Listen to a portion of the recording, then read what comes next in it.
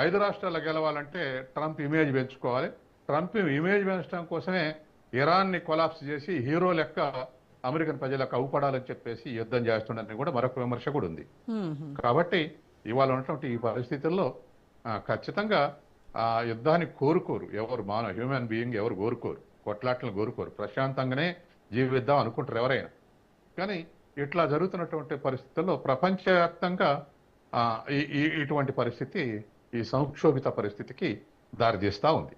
Okay, కానీ white house మాత్రం ఈ కథనాన్ని తిరస్కరించింది సార్. అది ఖచ్చితంగా అంటే దాన్ని మనం ఎలా అర్థం చేసుకోవాలి? ట్రంప్ కమిట్మెంట్ వార్ వైపే ఉందని అనుకోవచ్చు.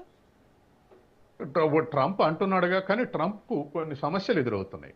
ట్రంప్ ఇరాన్ని కొలాప్స్ చేస్తా అంటుండే, కానీ కొలాప్స్ చేసే కన్నా ముందు మనం ఇప్పుడు వార్ బిట్వీన్ హ్యూమన్ బీయింగ్స్ అన్నప్పుడు కొంత కష్టం అవుతుంది. అమెరికాకు ఎయిర్ స్ట్రైక్స్ చేస్తుంది, దానికి ఆ టెక్నాలజీ ఉంది.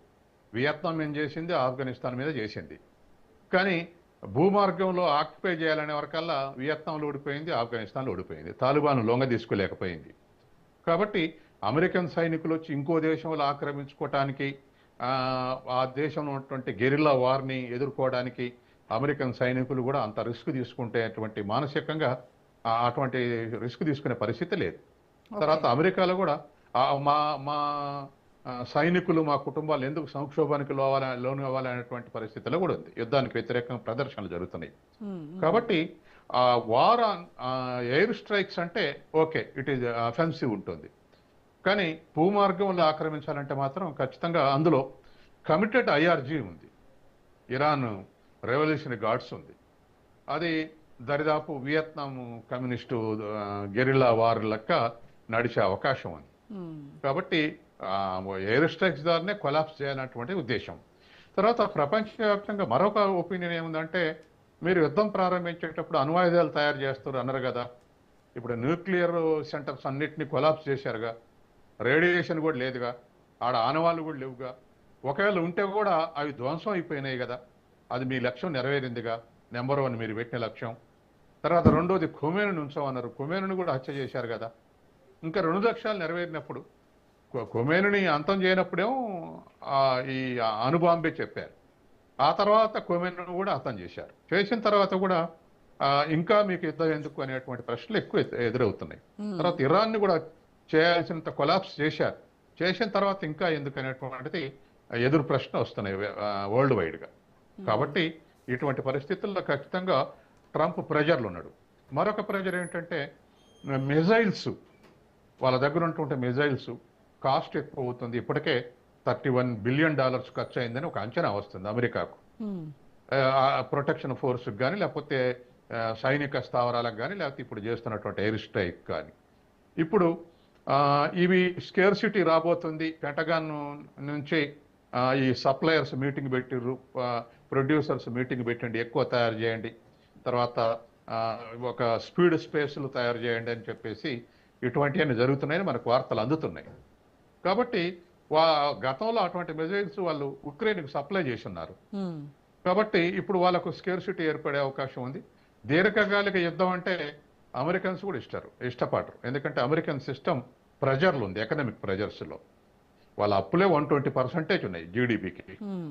జీడిపి $30 ట్రిలియన్ అయితే అప్పులు $36 ట్రిలియన్ ఉన్నాయి.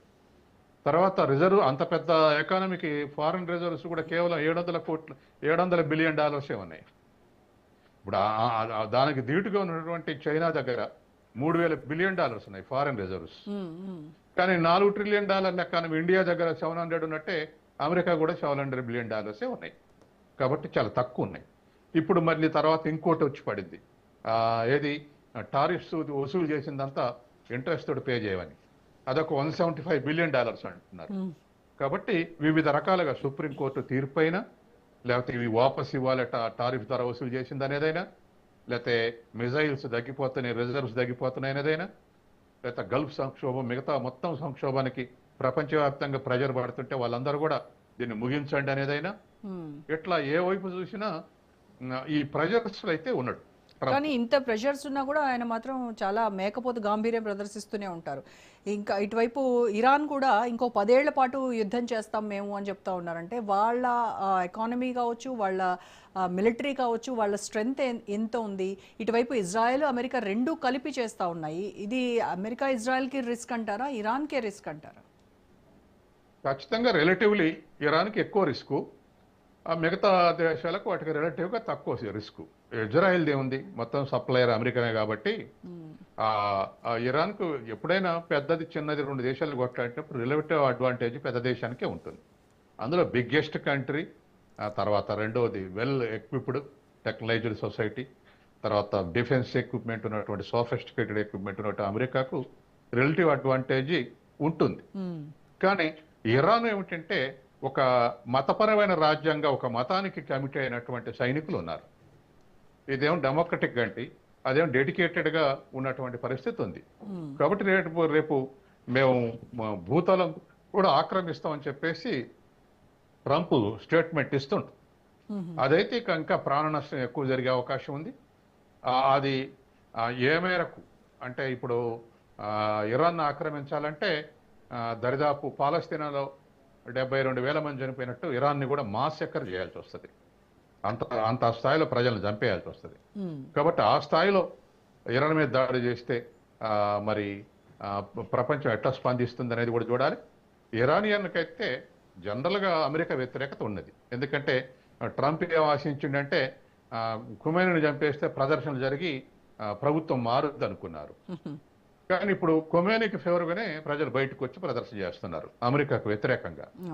ఇరానియన్ జీన్స్ లో అది ఉంది, అమెరికా వ్యతిరేకత ఉంది గత 30 ఏళ్లుగా. కాబట్టి ఇవాళ మరి ఇరాన్ ప్రజలు కూడా యుద్ధంలోకి వస్తే, సైనికులే కాదు ప్రజలు కూడా యుద్ధంలోకి వస్తే ఆ స్థాయిలో అమెరికా ప్రజలను చంపేయాల్సి వస్తుంది. మరి ఆ స్థితికి బూనుక్కుంటుందా లేదా, ఇవాళ పాలస్తీనా చేసిన విధంగా చేయగలుగుతుందా లేదా, తర్వాత వరల్డ్ వైడ్గా ఎటువంటి ప్రెజర్ బిల్డప్ అవుతుంది అనేది మనం ఇంకో దశకు యుద్ధం ఇంకో దశకు వెళ్తే, అంటే ఫిజికల్ కూడా ఆక్యుపై చేస్తాం అన్నటువంటి దశకు వెళ్తే మనకి ఇవన్నీ తెలిసే అవకాశం ఉంది. ఇప్పుడు వార్ వల్ల ఈ గ్లోబల్ ఆయిల్ మార్కెట్ అన్స్టేబుల్ అయితే ఇండియా పై ఎకానమీ పైన డైరెక్ట్ ఇంపాక్ట్ ఎలా ఉంటుందంటారు సార్? ఇప్పుడు మనకు monthly bill, import bill $70 billion మన ఇంపోర్టెడ్ బిల్. మన దేశంలో 12% మనకు పెట్రోల్ ఉత్పత్తి చేసుకునేది, 88% దిగుమతి చేసుకుంటున్నాం. మంత్లీ $70 బిలియన్ అంటే 70 into 12 840 బిలియన్, $840 బిలియన్ దిగుమతి చేసుకుంటున్నాం మనం.